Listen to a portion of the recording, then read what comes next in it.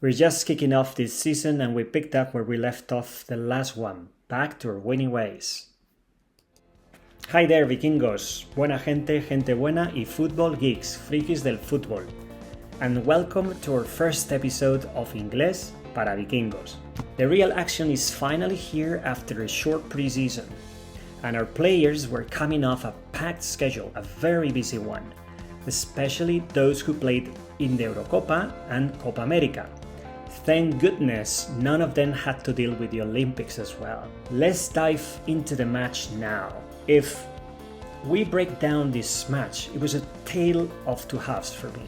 We started pretty strong, but Atalanta gradually took control. They nearly scored when the Rune shot, I think it was the Rune shot hit the post. It was a close call. Our best chance came when Rodrigo's shot hit the crossbar after a slick pass from Vini, a very nice one. And now that I mentioned Rodrigo, I wanted to say something about him. Rodrigo is a fantastic player. I mean, he has the skills, he has the technique, but I still have my doubts about him. He needs to step it up and prove he is the forward we all hope he is. If my memory serves me right, he scored 19 goals last season, but it was 2 goals less than the previous one. I don't want to raise any controversy here, guys, but I would expect something more from him this year. I don't know about you. So given the lack of training time together, it's no surprise that the team didn't click yet. But at halftime, we made some adjustments and we brought much more energy to the table. We opened up spaces and we began to win more duels, and it worked. By the way, I wanted to give a shout out to Courtois for another clutch save in a final. That was amazing. And then came Fede with the opener, assisted by Jude, and after that, it was smooth sailing. It was a walk in the park. We could have scored 2 or 3 more goals. And how about Mbappe's debut? 1 chance, 1 shot, 1 goal, and 1 European title after just 85 minutes with Real Madrid. Meanwhile, I think he spent 7 years at PSG without any European title. Just saying. So Fede and Jude were outstanding. They were fantastic. They were awesome. Particularly Jude. He was everywhere on the pitch, winning balls, dribbling, and assisting Mbappe for the 2-0. He was, as a matter of fact, the MVP of the game. And now the not so good stuff about the game. On the downside, Tchouaméni had a very rough start. He struggled and lost some dangerous balls. He improved later on, but I'm wondering, does he really have what it takes to play in Real Madrid's midfield? What do you think, guys? To me, Camavinga seems to bring much more in that position. And what about Arda Güler? After an impressive preseason, it is so disappointing that Carleto didn't give him more minutes. I am so mad about that. Guys, I think this kid deserves much more minutes on the pitch. We don't want another Odegaard situation. Remember Odegaard? And let's not forget about Brahim. He also deserves more minutes based on his preseason performance. Now I wanted to give you some quick facts about this game. Like for instance, we've now won 6 out of 9 Supercups, making us the most successful club in the competition's history. Milan and Barcelona trail with 5 each, then Liverpool with 4, Atletico de Madrid with 3, and Bayern de Munich with 2. Not too shabby, right?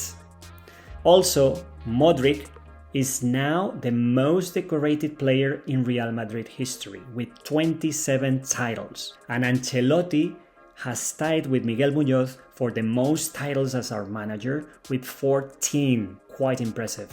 In a nutshell, guys, we're still on our European title streak. This season promises both challenges and rewards, with 7 titles up for grabs. Vinicius is rising, and new signings like Bellingham and Mbappe are making their mark already. Success will depend on so many different things, I'm sure, but basically on smart tactics and rotation. And the chance for legendary achievements is just there.